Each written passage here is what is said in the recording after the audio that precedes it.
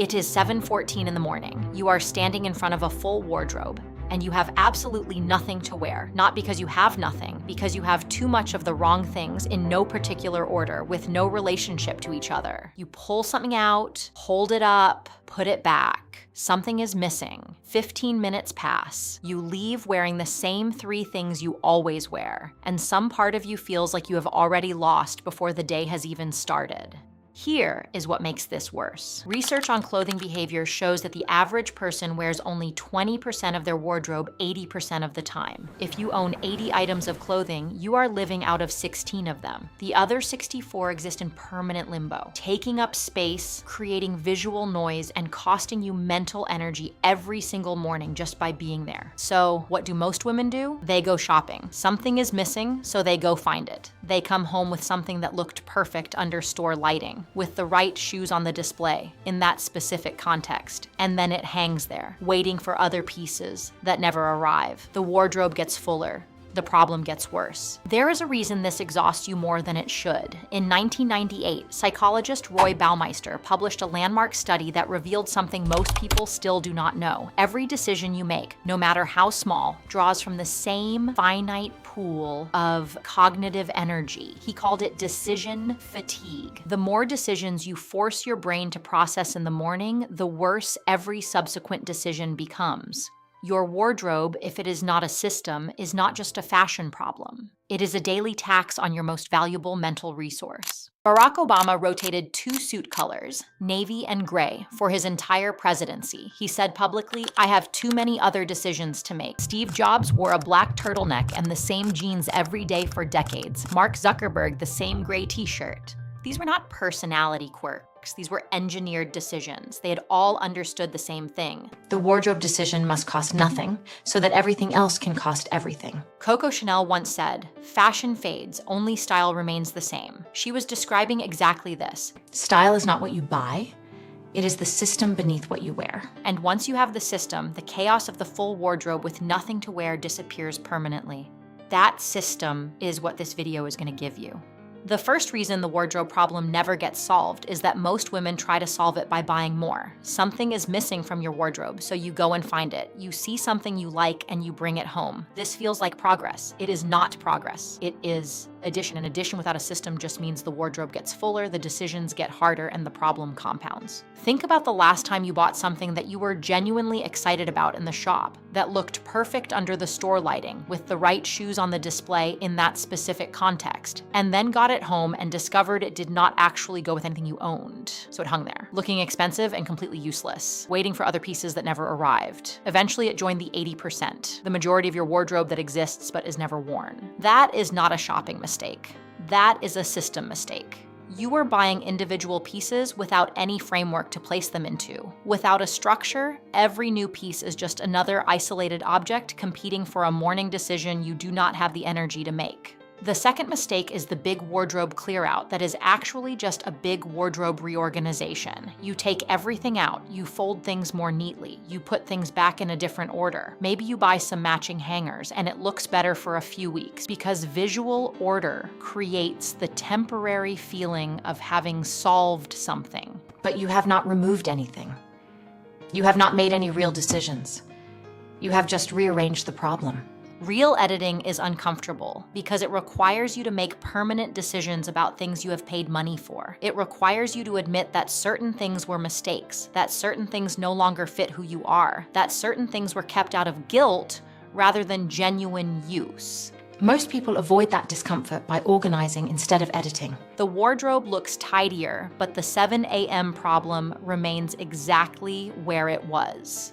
Here is the mistake that almost no one talks about. Most wardrobes are not built for the person wearing them today. They are a physical archive of every version of you that has ever existed. There is the version from the job you no longer have, the overly formal blazers from the role that required them, kept because they were expensive, worn approximately never. There is the version from a few years ago when you were dressing for someone else's idea of what you should look like. There is the version who bought something beautiful for a specific occasion, a wedding, a trip, a dinner, and has been keeping it ever since in case that occasion returns.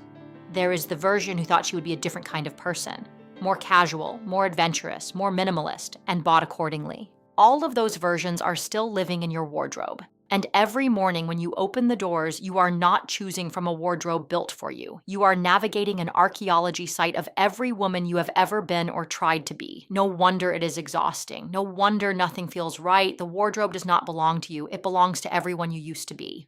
The problem was never the clothes.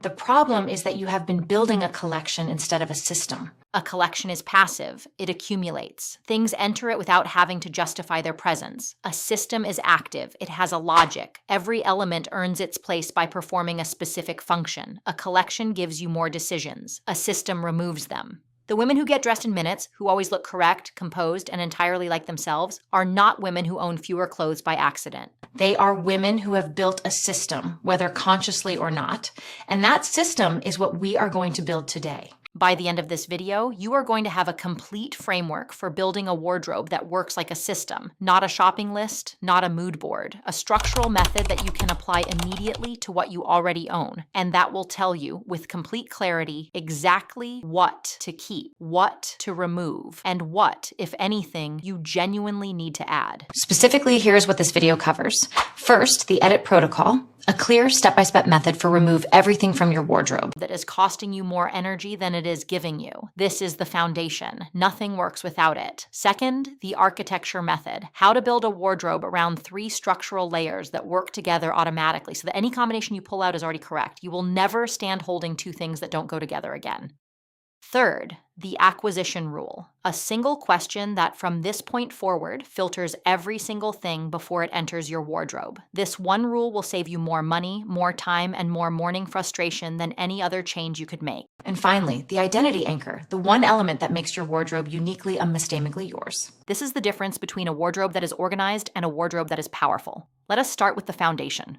The edit protocol begins with one action that most people resist because it is physically uncomfortable. Take everything out, not most things, everything. Every item on the rail, every folded piece on the shelf, every item stored at the top, every shoe in the bottom. Lay it all on your bed. The reason for this is not organizational, it is psychological. When things are inside a wardrobe, they are invisible. They exist, but they do not register. You open the doors and you see the front layer, the things you have been wearing recently, and the rest disappears behind them. Taking everything out forces you to confront the actual volume of what you own. It also forces you to make an active decision about each item rather than a passive one. Each item needs to earn its way back in. That is a fundamentally different relationship with your possessions. I'll apply what I call the 3-pile method.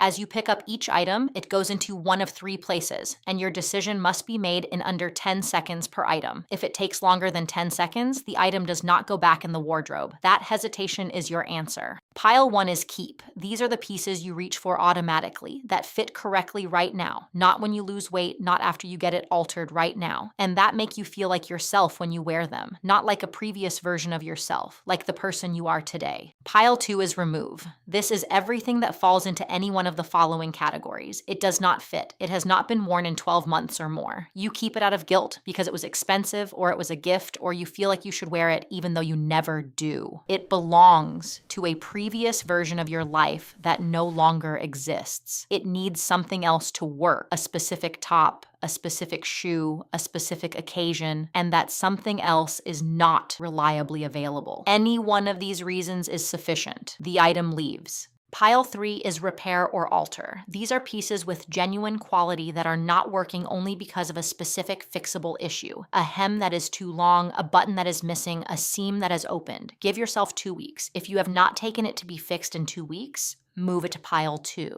Intention without action is just another form of clutter. When the edit is complete, most people find that their keep pile is significantly smaller than they expected. That is not a problem. That is the beginning of clarity. A small wardrobe of things that work is infinitely more powerful than a large wardrobe of things that might. Work with what remains and build forward from there. Now that the edit is done, we build. And the framework we are building is called the architecture method, because we are not assembling outfits, we are constructing a structure that, once it is in place, produces the right result automatically every time you interact with it. The architecture method is built on 3 layers. Think of these layers the way you think about the structure of a building: the foundation, the walls, and the finishing details. Each layer serves a specific purpose. Each layer works with and relies on the others. Layer 1 is your foundation pieces. These are your 2 or 3 most structural garments, the pieces that form the base of most of what you wear. A well-cut trouser, a blazer that fits correctly,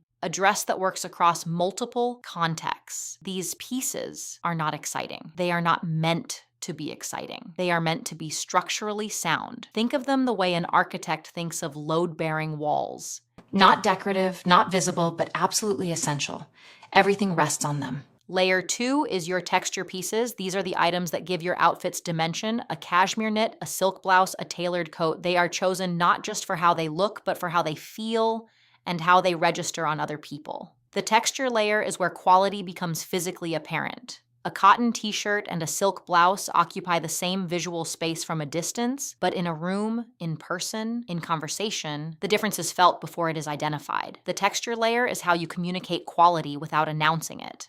Layer 3 is your anchoring details: shoes, a bag, a single piece of jewelry, a belt. These are the finishing elements. They do not need to be numerous. In fact, they should not be. 3 pairs of shoes that work across multiple contexts are worth 20 pairs that each work in only one. The fewer and better your anchoring details, the more your system functions automatically. Here is where the architecture earns its name. When your wardrobe is built correctly across these 3 layers, with the right proportion of foundation pieces to texture pieces to anchoring details, any combination you create will work. You do not need to think about whether things go together. The structure guarantees it, because every piece was selected to occupy a specific layer, and every layer was built in a consistent tonal and material vocabulary. The system composes itself. This is what people are describing when they say someone always looks put together. They are not describing individual outfits. They are describing a coherent system expressing itself consistently over time. That coherence is what creates the impression of effortlessness, and it is completely achievable, but it must be built deliberately. It does not happen by accident. Once your system is built, the single greatest threat to it is an undisciplined approach to what you add next. Because the problem we described at the beginning, the full wardrobe with nothing to wear, does not return because life is random. It returns because things are allowed back in without being evaluated against the structure you have built. Before anything new enters your wardrobe, ask one question: does this piece make at least 3 other things I already own work better? Not, do I like it? Not, is it on sale? Not, could I wear it to something? 3 specific other pieces it works with immediately without needing anything else. If you cannot name 3 within 30 seconds of considering the purchase, you do not buy it. Not today, not because it is beautiful, not because it is a good price. This one rule eliminates what I call orphan pieces. The items that enter your wardrobe full of potential and immediately become isolated. They need a specific shoe you don't own yet. They work perfectly with the blazer you are planning to buy. They are ideal for a lifestyle you are currently constructing. Orphan pieces are expensive. They take up physical and cognitive space while delivering no value to your daily life. The acquisition rule kills them before they arrive. The final element is the one that separates a functional wardrobe from a powerful one. It is what most style advice completely omits because it cannot be purchased. It is the identity anchor, and it is the reason some women are described as having impeccable style when the individual items they wear are not remarkable at all. Your identity anchor is the single recurring element that appears consistently across everything you wear. It might be a tonal consistency. Everything you own falls within the same warm, neutral palette, so that every combination you create feels unified and deliberate. It might be a material preference. You always include something with texture, something tactile, something that rewards closeness. It might be a structural signature. A specific proportion, a recurring neckline, a consistent hem length. It might be a single accessory worn daily so that it becomes indistinguishable from you. Here is a real example of how the identity anchor works in practice. Think of a woman you know personally, or a public figure, someone you have observed over time, who you would describe as having a distinct and consistent personal style. Now think about what it is specifically. It is almost never one statement piece. It is almost never something you could buy. It is a recurring quality. quality, a consistent tone, a specific detail that shows up again and again until it stops being a detail and starts being part of how you recognize her. That is what you are building, not a look, not an aesthetic borrowed from someone else's Pinterest board, a recurring quality that is entirely yours. Once you identify it, and you may already know exactly what it is, you build around it. Every piece you keep from the edit, every piece you consider, adding, every combination you create in the morning runs through that anchor. Is this consistent with who I am? Does this belong to the same woman? When the answer is always yes, your wardrobe stops being a problem you manage every morning. It becomes a reflection of something you have already decided about yourself, and that is a completely different relationship with getting dressed. I want to return to the image we opened with. 7:14 in the morning, the full wardrobe, the 15-minute search, the feeling of starting the day already slightly behind. Now I want you to understand what was actually happening in that moment, because it was not about clothes. Every morning you spend making decisions about what to wear is a morning you are spending the beginning of your best cognitive energy on a problem that should not exist. The mental load of a chaotic wardrobe is not just the time it takes, it is the low-level background noise it creates. The mild dissatisfaction of leaving the house in something you settled for rather than chose. The cumulative daily draining of a system that was never built to support you. When you build a wardrobe system, when you complete the edit, apply the architecture, enforce the acquisition rule, and anchor the whole thing to a clear identity, something shifts that extends well beyond your wardrobe. You start the day having made no unnecessary decisions. You leave the house in something that is completely correct. You do not wonder halfway through the morning whether you made the right choice. That small, consistent daily win accumulates. It compounds. The woman who starts every day with her first decision already made correctly is a different woman by the end of the year than the woman who spends 15 minutes every morning searching for something she already owns. Discipline in small systems creates capacity for larger ones. The wardrobe is where you practice that discipline in a low-stakes, immediately visible way. It is a daily exercise in knowing what you want, building a structure that delivers it, and trusting the structure you have built. That's not a small skill. That is the foundational skill. And it begins here. You do not need more clothes. You never did. You needed a system. Now you have one.